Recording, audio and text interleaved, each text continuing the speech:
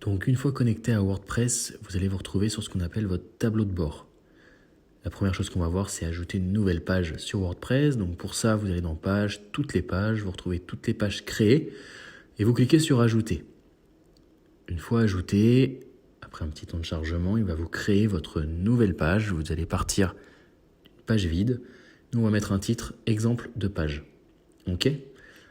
En bas, vous descendez, on va rien mettre sur cette page pour l'instant. En bas, vous descendez, vous avez tout ce qui a trait au référencement avec l'extension et plugin Yoast SEO. Vous allez donc pouvoir modifier la description, vous voyez, elle est modifiée au-dessus. Vous allez pouvoir mettre un exemple de description avec des mots-clés bien spécifiques qui représentent votre page. D'accord ? Tout comme on a fait un titre bien spécifique. OK ? Ensuite, vous allez pouvoir mettre votre slug. Donc le slug, ça va être ce qui va être, vous voyez, c'est en train d'être écrit en haut. Ça va être le nom de la page, le titre de la page. Donc ça, c'est un très bon moyen de se référencer également en mettant des mots importants tels que la région, le département, voilà, ce que vous souhaitez. Maintenant, on va sauvegarder cette page. Donc pour cela, on va cliquer sur Publier. Donc il nous récapitule toutes les informations. Voilà, visibilité publique, etc. Il nous dit qu'on peut encore améliorer notre SEO. Donc là, après, il faut aller dans le détail du module. Et ça y est, notre page est en ligne. Donc à partir de là, on va retourner en haut en cliquant sur le logo WordPress, en haut à gauche. Et on revient sur la liste des pages. On descend. On va aller dans le menu maintenant, Apparence. Puis, on va aller dans la rubrique Menu. Et là, on va venir ajouter notre nouvelle page à notre menu. On récupère l'ensemble de notre menu avec les différents items et sous-items. Et on va pouvoir, au sein de ce dernier, venir ajouter la page nouvellement créée. On va retrouver l'ensemble des pages récemment créées et on va pouvoir cliquer sur Exemple de page. On ajoute au menu. Une fois la page ajoutée au menu, on vient la retrouver tout en bas. On va pouvoir la remettre correctement dans notre arborescence, soit en sous-élément, soit en élément principal. Et une fois que c'est fait, on enregistre le menu. Une fois le menu enregistré, on va pouvoir se rendre sur notre site. Donc pour ça, rien de plus simple, on clique, voilà, aller sur le site. On l'ouvre dans un nouvel onglet pour ne pas perdre notre panel d'administration. Et là, on va arriver sur notre fameuse page d'accueil. La page d'accueil, sur cette dernière, on a modifié le menu dans montage de film et on a bien notre exemple de page. En cliquant sur exemple de page, on retrouve bien notre exemple de page qui s'est inscrit dans le thème actuel avec la bannière, etc. Maintenant, on aimerait mettre du contenu, donc on clique en haut sur modifier la page. On va venir ajouter du contenu à notre page. Il y a un outil qui s'appelle Elementor, qui est une extension, et on va venir modifier notre page avec Elementor.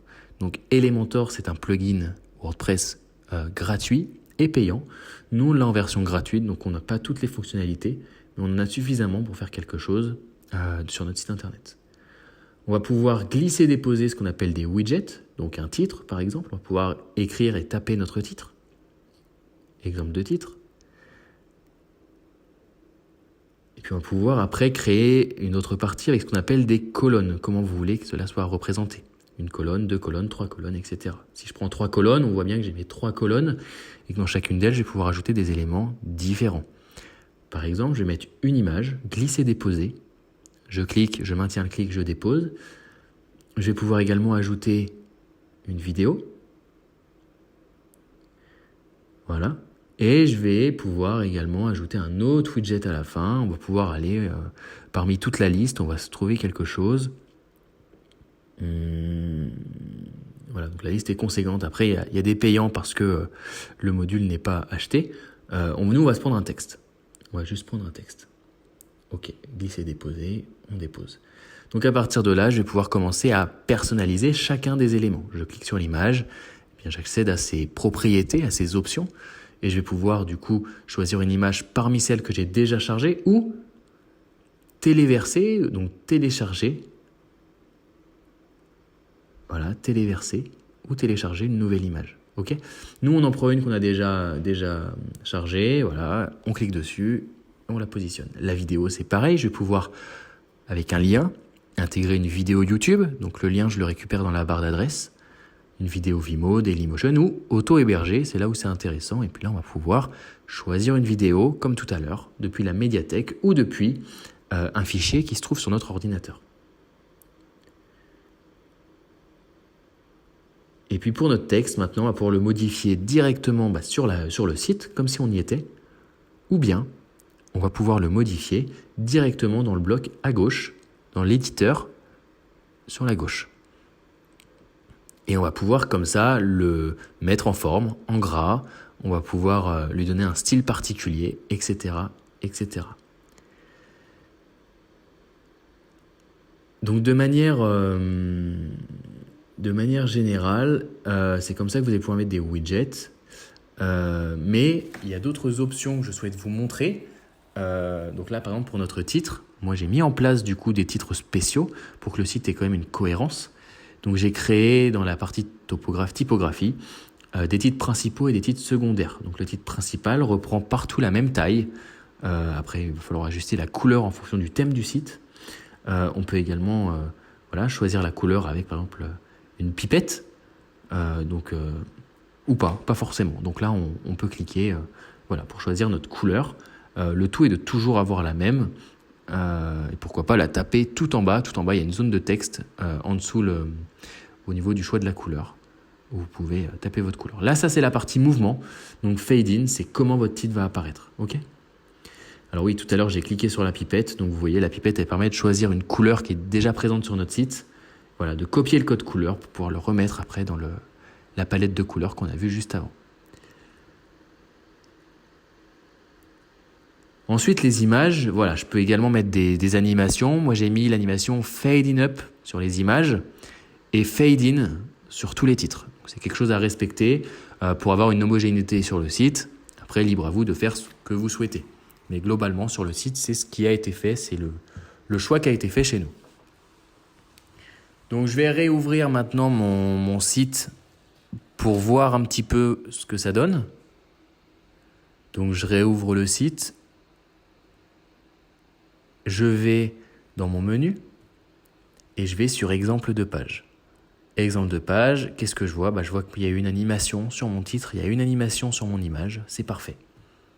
C'est ce que je voulais. La vidéo n'apparaît pas, c'est normal. On n'en a pas renseigné.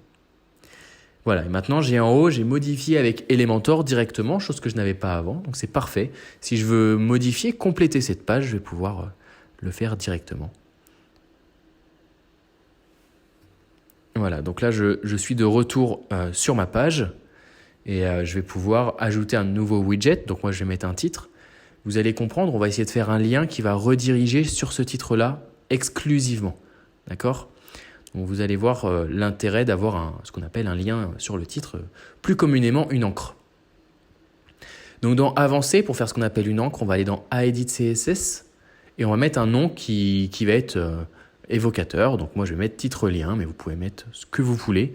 Il ne sera pas visible, c'est quelque chose pour vous, mais pensez à le retenir. Vous mettez à jour et maintenant on va retourner sur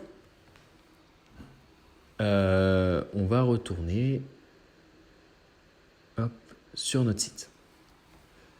Et on va valider que nos changements ont été correctement opérés. Donc, on récupère notre menu. On va, du coup, dans montage de film, exemple de page.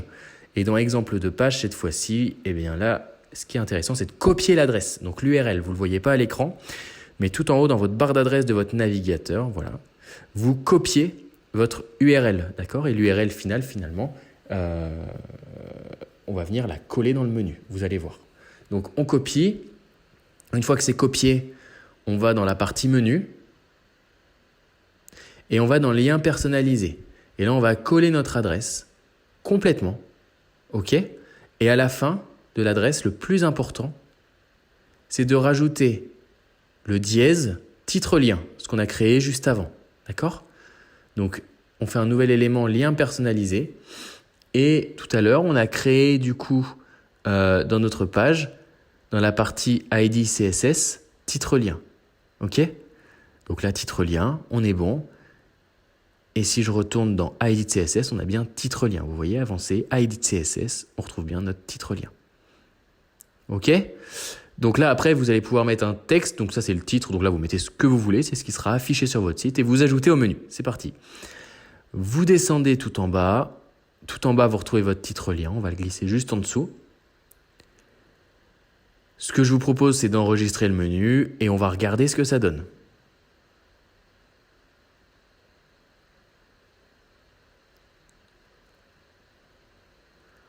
Maintenant, quand je vais dans hop, montage de film, titre lien, je l'ai. Je clique dessus, bim, je redescends tout en bas. Parfait, c'est ce que je voulais. Par contre, qu'est-ce qui se passe si je vais sur une autre page? Donc là, je vais aller sur reportage. Je retourne sur, voilà, titre lien. Je clique et j'arrive tout en bas. Et on voit même l'animation. Voilà, donc ça, c'est les liens directionnels. Donc là, il y a deux types de liens que je vous ai montrés. Les pages, les liens directionnels. Revenez en arrière, faites des pauses pour bien vous imprégner du truc.